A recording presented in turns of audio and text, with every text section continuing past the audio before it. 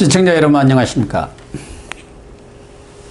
1월 16일 고영신의 시사정담 시작하겠습니다. 시청자 여러분, 문재인 정권의 보복성 검찰 인사와 반법치적 행태에 대해서 당사자인 검사들의 반발 차원을 넘어서 지지층까지 반기를 들고 나선 양상입니다.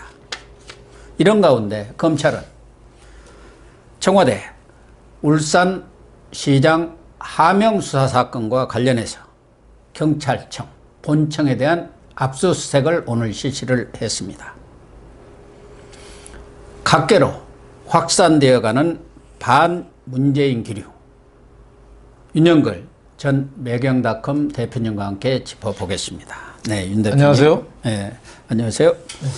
오늘 검찰이 경찰청 본청, 그러니까 서울에 있는 경찰청이죠. 정보통신 담당관실이네, 정식 명칭이. 여기에 대한 압수수색을 실시를 했는데요. 지금 검찰에서는 기존에 해왔던 어떤 정권 비리 수사라든가 이런 것에 대해서는 적어도 물러남이 없이 이렇게 수사를 계속하겠다는 그러한 의지 표명이라고 봐야 하나요? 그렇죠. 뭐 지금 그 검찰에 대한 정치권의 압박이 갈수록 세지고 있지 않습니까? 뭐 지금 뭐 인사도 그냥 그 담당하는 검사장급들, 뭐 실무진들 배제시키고 윤석열 검찰총장을 자꾸 고립시키는 뭐 이런 식으로 하는 것도 불구하고 검찰은 그 울산시장 그 하명 수사 의혹을 끝까지 파헤치겠다. 뭐 그런 자세가 아닌가 싶어요. 그러니까 청와대로 들어온 첩보를 말하자면 그것을 각색을 해갖고 마사지를 좀 한 거죠. 그래서 경찰청한테 내려보냈고 경찰청이 그것을 울산청한테 이렇게 다시 내려보내서 하명 수사가 이루어진 거 아닙니까? 그렇죠. 또 울산청에서는 바로 청와대한테 9차례인가 보고를 했다지만 실제로는 경찰청장한테 안 할 수는 없는 거죠. 보고하라고 했다고 경찰청장도 했었잖아요. 그러니까 그런 내용들이 어떻게 오고 갔는지를 이런 정보 담당관실에 있는 그 서버 그것을 압수해가지고 지금 열어보겠다. 그거 아니겠습니까? 그렇죠. 뭐 저거를 하면은 울산시장 하명 수사 상당 부분이 좀 나오지 않겠느냐 싶어요. 그러니까 지금 뭐 윤석열 검찰총장도 이런 수사 의지에는 뭐 전혀 흔들림이 없다, 그런 각오를 여러 차례 표명을 했지 않습니까? 그렇죠. 뭐 윤석열 검찰총장이야 검사는 수사로 말한다. 검사는 검사다. 뭐 검사는 검사다 이렇게 얘기하는 사람이잖아요. 그거를 이제 여태까지 문재인이라는 사람이 착각을 한 거죠. 지난번에 적폐 수사할 때 보니까 참 전 정권에 대해서 잘 파헤치니까 요거 봐. 잘하면 내 애완견으로 충견으로 잘 쓸 수 있겠네 했는데 이 윤석열 검찰총장은 정권에 구애받지 않고 살아있는 정권도 수사를 하는 거니까 지난번에 며칠 전에 신년 기자회견에서도 윤석열 검찰총장에 대해서 상당히 서운한 마음을 표시했잖아요. 뭐 서운한 정도가 아니죠. 초법적 권한을 누렸다고 하면서. 초법적인 뭐 말을 썼어요. 법을 초월했다 이거죠. 제가 보기에는 합법도 너무 합법적인데 그리고 조국에 대해서는 마음의 빚이 있다, 고초를 겪고 있다. 이게 대통령으로서 할 얘기입니까? 조국이 무슨 어디 독립운동하다가 고초를 겪었습니까? 무슨 일을 하다 겪었어요? 비리 저지르다가 개인 사익을 주다가 이렇게 법의 심판대에 선 것 아닙니까? 그렇죠. 거기다 대고 그걸 비호하고 나서 마음의 빚이 있다고 얘기하는 거 보면은 완전히 지금 문재인 대통령의 가장 큰 문제가 공과 사가 뒤바뀌었어요. 공은 공은 사건 사거든요.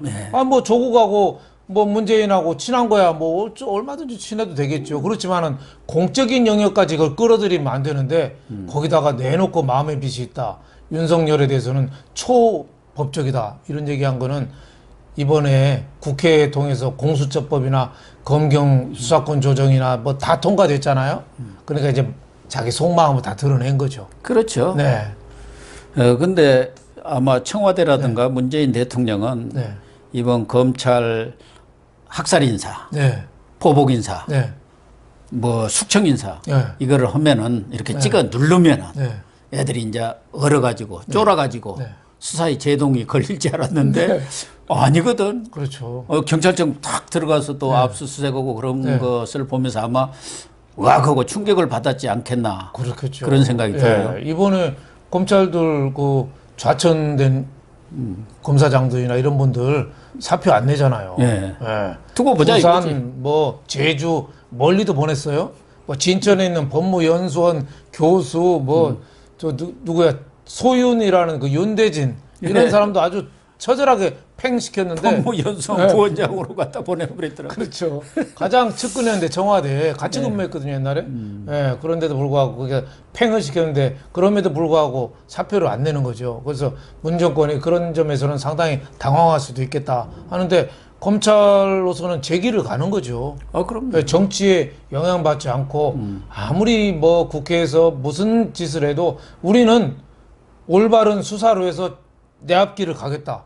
굉장히 잘하는 거죠. 저는 윤석열 검찰총장에 대해서는 이 대목에서는 박수를 쳐주고 싶습니다. 저도 마찬가지입니다. 그런데 진짜 청와대가 지금 충격에 빠질 일들은 지금 어제부터 이렇게 크게 터져 나오는 그것도 자기네 지지자들, 우군들 쪽에서 지금 그렇죠. 검찰 개혁 문제, 그렇죠. 또 인사 문제, 이 보복 인사, 거기에다 압수수색까지 거부하면서 반법치적 행태를 보인 거, 이런 것에 대해서 아주 비판의 칼날들을 지금 세우고 있거든요. 이런 부분에 대해서 더 충격을 받으려고 보는데, 물론 뭐 지금 김웅 부장 차장 검사죠. 이분도 뭐 이 검찰 개혁, 인사 이런 것에 대해 거대한 사기극이다. 이렇게 하면서 거기 댓글이 검사들 댓글이 뭐 6,700개가 달릴 정도로 글을 참 잘 썼어요. 엄청난 지금 반향을 일으키고 있지 않습니까? 거기다가 뭐 김동진 부장판사도 이미 추미애 인사에 대해서는 헌법 정신에 정면 배치되는 것이다. 서울중앙지법 부장판사 아닙니까? 했는데 지금 언론에 보도된 내용으로 보면은 아마 그 국제인권법 연구회라든가 뭐 이런 그 진보 성향 판사들의 내부 통신망이 이판사판이라는 게 있는 모양이에요. 거기 인터넷에 이번 검찰 인사하고 특히 청와대 압수수색 판사가 영장을 발부를 했는데도 그걸 거부해 본 거 아닙니까?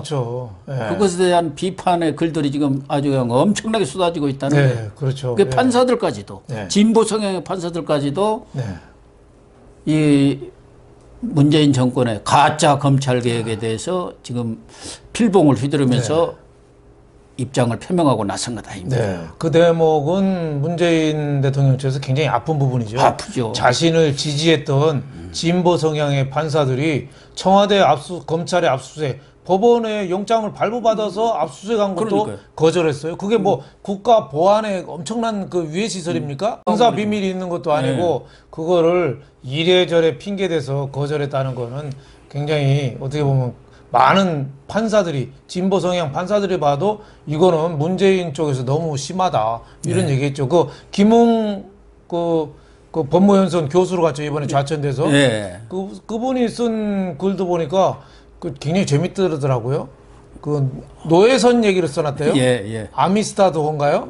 그렇습니다. 노회선이 옛날에 그 아프리카에서 노예들 잡아다가 이제 유럽이나 미국으로 수출하는데 아프리카에서 노예들이 이제 반란해서 배를 장악을 했대요. 배를 장악을 했는데 운전을 못해. 배를 운항을 못해. 배 운전을 못하니까 어디 방향도 모르고 하니까 그 백인들 보고 야 니네가 똑바로 몰아서 우리 고향으로 다시 보내줘. 근데 아프리카로 가야 되는데 아직 그때까지 노예 제도가 살아있던 미국으로 데려다 줬대요. 그래서 노예선에서 탈출을 못하고 거기 가서 또 노예를 했다고. 지금 우리 검찰 개혁이 이런 거대한 사기극이다. 국민들한테는 공수처니 뭐 검찰 개혁이니 뭐 따지고 나지만 따지고 보면 알고 보면은 국민들을 더 속박하고 더 헌법 초월적으로 구속하는 거다. 민주주의가 훨씬 후퇴하는 거다 했는데 글을 굉장히 잘 썼더라고요. 검사 내전인가 쓴 그분이죠. 지금 제가 그 이판사판에 올라온 내용들을 읽어보지는 못했는데 지금 보도된 내용으로 볼 때 이제 가장 핵심적인 건 그런 것 같아요. 아니 법관이 그냥 뭐 슬쩍 본 게 아니고 철저히 따져서 특히 지금 민감한 사안임을 감안해서 충분히 압수수색 영장의 필요성이 있다고 발부를 했는데 그렇죠.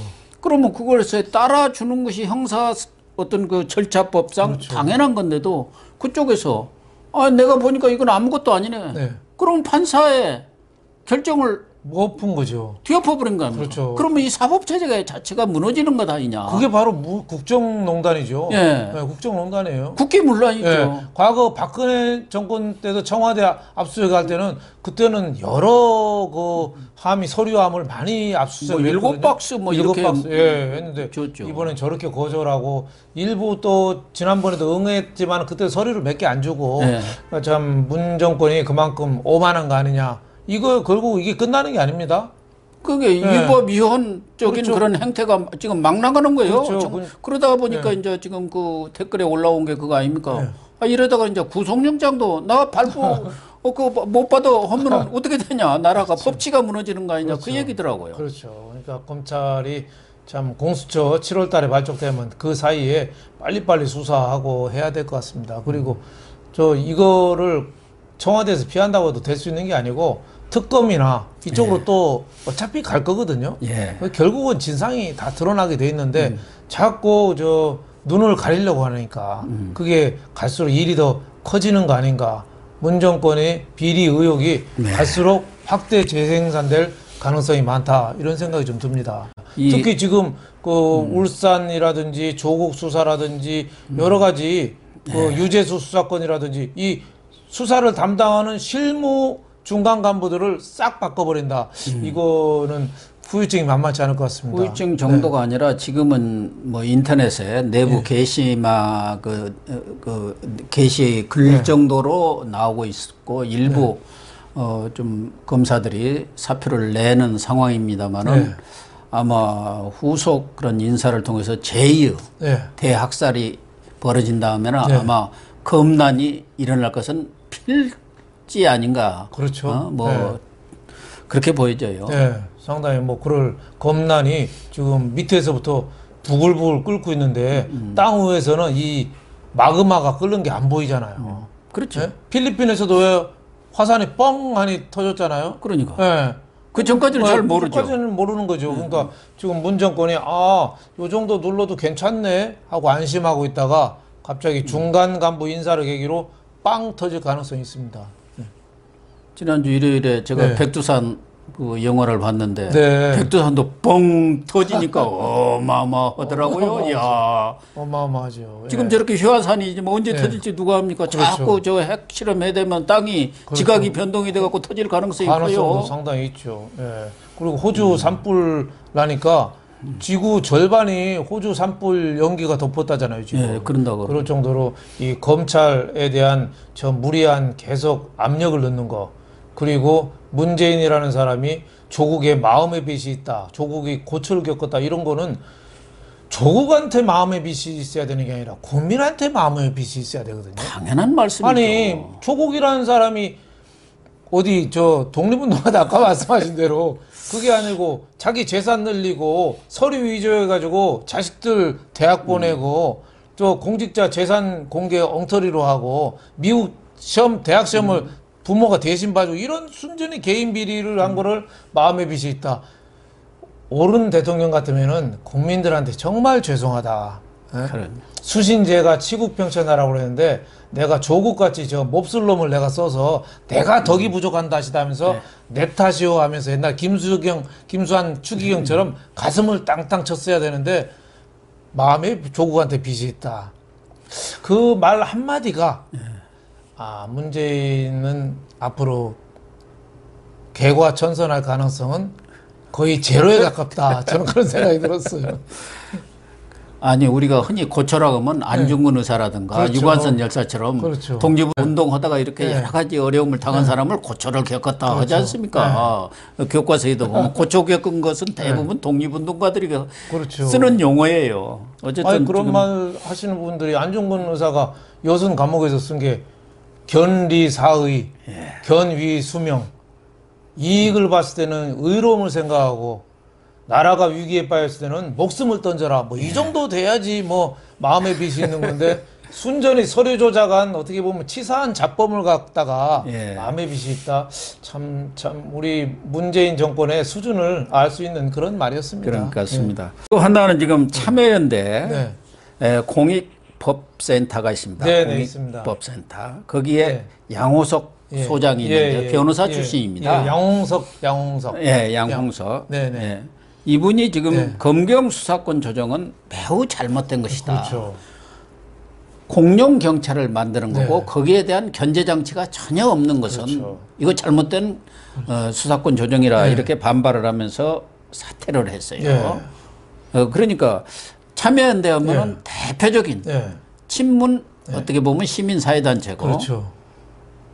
그래서 자기들 내부에서도 뭐 청와대라든가 뭐 장관이라든가 이런 자리에 너무 많이 가갖고 참여연대가 관변단체로 변해버렸다 이런 자조 소리가 나올 정도로 이렇게 친문단체인데 거기에 이분이 담당했던 게 검경수사권 조정 같은 거 그럴 거 아니겠습니까? 그렇죠. 이 역할 자체가 그런 분이 이렇게 반대를 하고 사퇴 의사를 표명해서 물러났다는 것은 아마 문재인 정권의 어떤 그 검찰개혁의 도덕성이랄까 당위성에도 상당히 치명상을 입히는 거 아닌가 그런 생각이 들어요. 그렇죠. 검찰, 경찰 수사권 조정으로 경찰의 힘이 공룡처럼 커졌는데 지금은 그거를 경찰을 통제할 수 있는 그 장치가 전혀 없거든요.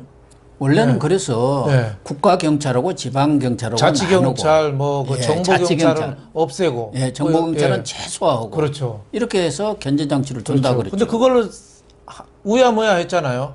아예 빼버렸죠. 우야무야 그냥 앞으로도 논의한다는데 아까 말씀하신 굳이 하세요 그러죠. 김웅 그 검사 얘기로는 거대한 사기극이라고 그랬어요. 절대 되지 않는다고 그랬으니까 우리 국민의 인권이나 이게 오히려 경찰에 의해서 또 압박받는 이런 게 전혀 민주적인 통제 장치가 없다. 이게 그 양홍석 참여연대 간부가 그 비판하고 사의를 표명한 게 그래서 그렇습니다. 그러니까 국민 기본권 보장, 인권 보장을 지금 인권 수사를 내세우는 이 정부가 그게 역행하고 있다. 이건 자기로서는 도저히 아무리 문재인 대통령을 지지하는 시민단체로서 역할을 하고 있지만 그것까지는 받아들일 수 없다. 이 입장 아닙니까? 그렇죠. 앞으로 뭐 보완을 좀 해야 되는데 지금 여건을 봐서는 그 수사권 보완조차도 좀 어렵지 않겠느냐. 굉장히 좀 희망이 없다. 또 이렇게 본 것 같아요. 사실은 이분 전에도 그 김경률 그렇죠. 집행위원장 그분도 경제금융센터 소장이었습니다. 그렇죠. 조국 펀드 사건 이것에 대해서 적나라하게 비판을 하면서 물러났지 않습니까? 참여연대가 이런 데 목소리를 아무도 내지 않고 있는 게 말이 되느냐. 그러니까 참여연대 같은 친문 이런 시민단체 내에서도 부글부글 끓고 있는 거예요, 사실은. 그렇죠. 이건 아닌데. 옳고 그른 걸 얘기하는데 지금 뭐 어제 시국 선언한 교수들도 그런 얘기 했잖아요. 지금 뭐 검찰 개혁이다 아니다 이 차원이 아니라 이게 국가 전체적으로 옳고 그른 거냐 이거에 대한 우리가 판단이 진짜 필요할 때 아니냐 뭐 이렇게 했는데 참여연대에서도 여기에 대해서 좀 거르고 옳고 그른 걸 판단해주고 이래야 되는데 다 맹목적으로 문재인 정권의 광폭 행보에 따라가니까 일부 저 의식 있는 인사들이 거기에 대해서 제동을 건 거 아니냐 이런 생각이 좀 듭니다. 그러니까 어제 그 시국 선언한 교수들도 전국 290개 여개 대학이죠. 그리고 6,094명인가 6천여 명이 6,100여 명이 시국 성명을 발표를 한 거예요. 아마 우리 국민들은 잘 모를 거예요. 뭐 일부 언론만 조금 나고 거의 친문 언론들 뭐 이런 대깨문 언론들은 아예 취급 안 하고 취급을 안 하니까 보는데 6천 명이 넘는 교수들이 우리나라 최고 지성인들 아닙니까? 뭐 전직 교수도 일부는 있습니다만은 이런 분들이 지금 검찰 개혁에 대해서 아주 비판하면서 논평까지를 지금 내고 있지 않습니까? 정말 거기서 그랬네요. 한 번도 경험하지 못한 거짓의 나라, 상식과 공정 제도가 무한 궤도를 이탈했다. 궤도를 무한 이탈했다. 이럴 정도의 아주 강경한 성명을 냈습니다. 교수들이. 말이 검찰 개혁이고 뭐 상권 분립이지 청와대를 향해서 오는 수사망을 돌리기 위해서 청와대를 향해서 수사하는 검찰의 힘을 완전히 빼기 위해서 하는 그 보복적인 조치, 이게 검찰 개혁으로 좀 포장되고 있는 거죠. 그래서 아마 그 대학 교수들이 시국 선언한 게 뭐 안보도 있고 경제도 있고 뭐 사법 개혁도 있고 여러 가지가 있는데, 특히 검찰에 대한 지금 문 정권의 무리한 저 압력, 힘 빼기, 여기에 대한 좀 비난이 굉장히 목소리를 높인다, 이렇게 볼 수 있겠습니다. 아마 가장 아팠던 부분은 김부겸 그렇죠. 더불어민주당 의원 대구 수성갑이죠. 얼마 전까지 안행부, 행안부 그렇죠. 장관까지 하셨지 않습니까? 이분이 뭐 대구 민심이라는 것을 빗대서 정권에 대한 검찰의 칼날에 대해서 검찰의 허리를 끊어놓은 것이다. 이렇게 인사 문제를 비판을 했더라고요. 아주 정확한 말이죠. 뭐 김부겸 의원이 또 살 길은 그런 말을 또 안 할 수 없을 거예요. 아마 뭐 대구라는 대구에서 TK라는 이번에 것을 또 당선돼야 되잖아요. 그래도 나도 할 말은 한다. 그렇죠. 그럼에도 불구하고 진실은 그게 담겨 있는 거예요. 그렇죠. 맞는 말이죠. 아픈 얘기죠. 근데 다른 민주당 국회의원들, 유력 인사들도 속으로는 다 그런 생각하더라도 공천이 있으니까 입도 뻥끗 못하고 있어요. 못하고 있는데 김부겸은 그런, 어차피 대구에 뭐 나올 사람 별로 없으니까 공천 하려면 하고 말라면 안 할 수가 없죠. 그렇죠. 대구 유권자들한테는 그렇게 생각하는 분이 대부분이니까. 뭐 김부겸 의원은 총선 전략도 되고 또 대권을 겨눈다면은 그렇게 그 문재인 정권 잘못한 것도 좀 짚어가면서 하는 게 뭐 효율적인 전략이 아니냐, 이런 생각이 들어요. 또 김부겸 의원이 얼마 전에 좀 논란을 빚었죠.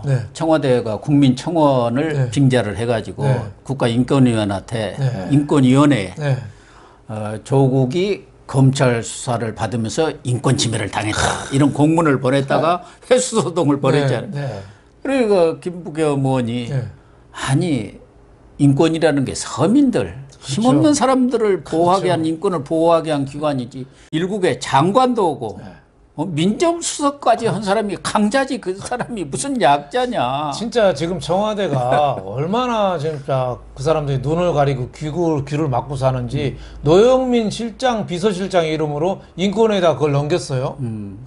인권 조사해달라고, 조국 인권 침해. 제가 보기에는 인권을 너무 지켜줘서 문제 아닌가요? 심야 조사도 안 했죠. 아무것도 안 했잖아요. 황제 대우 받았잖아요. 자기 스스로 만들어가지고. 또 묵비권도 행사하고.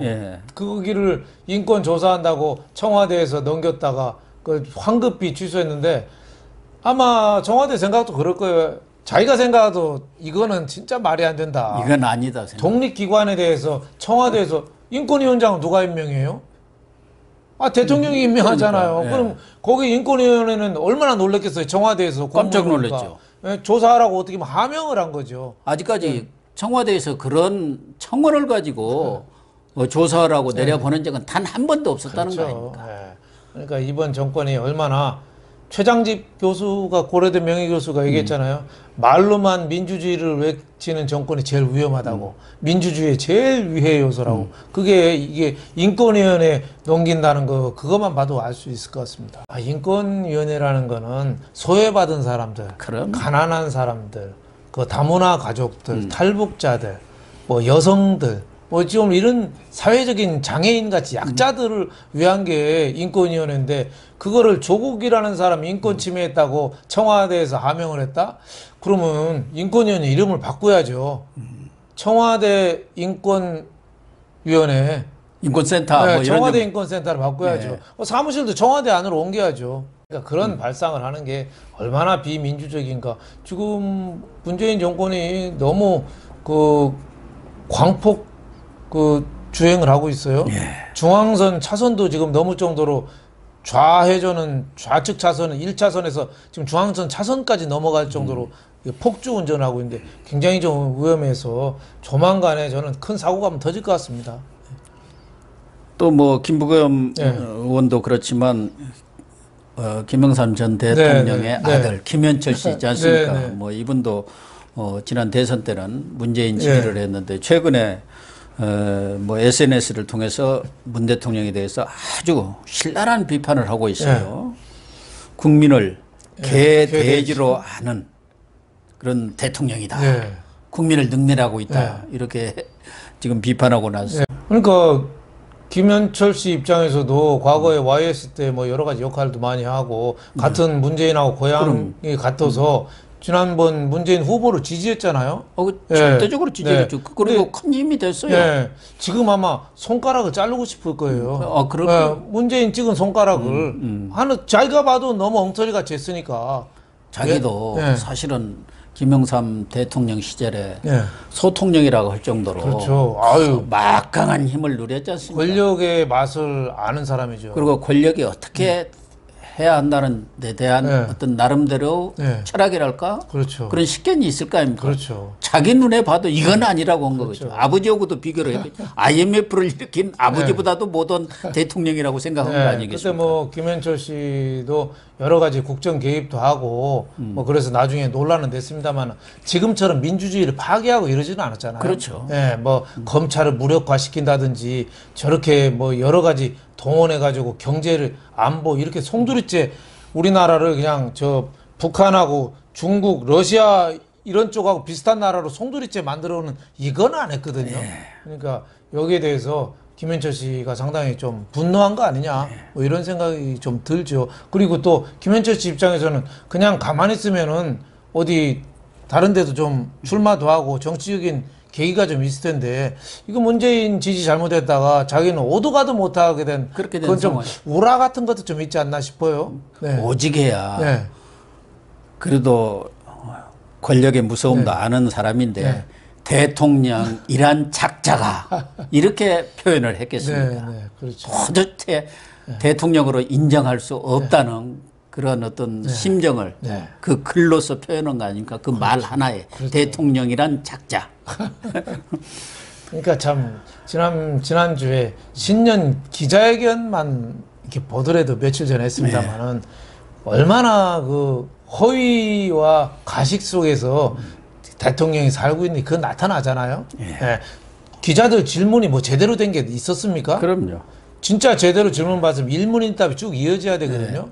계속 추궁하는 문답 이루어지 하는데 뭐 자기가 몇 사람 지명하고 또 주요 언론들은 지명도 안 하더라고요. 지명도 안 하고 변두리 기자들 몇 명 하고 전혀 이름도 들어보지 못한 언론사들만 또 지명을 하더라고요. 그렇죠. 작년에 어디 여기자가 물어봤었잖아요.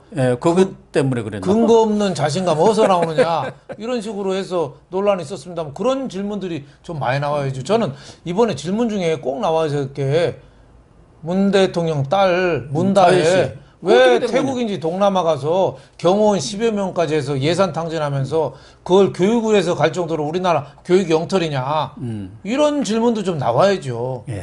근데 그런 질문도 하나도 안 하고 그냥 일방적으로 대통령 얘기만 듣는 어떻게 보면 동네 셈이죠. 반상회처럼 된 게 참 안타깝죠. 그런 거를 보고 김현철 씨가 좀 화가 난 거 아니냐 싶어요.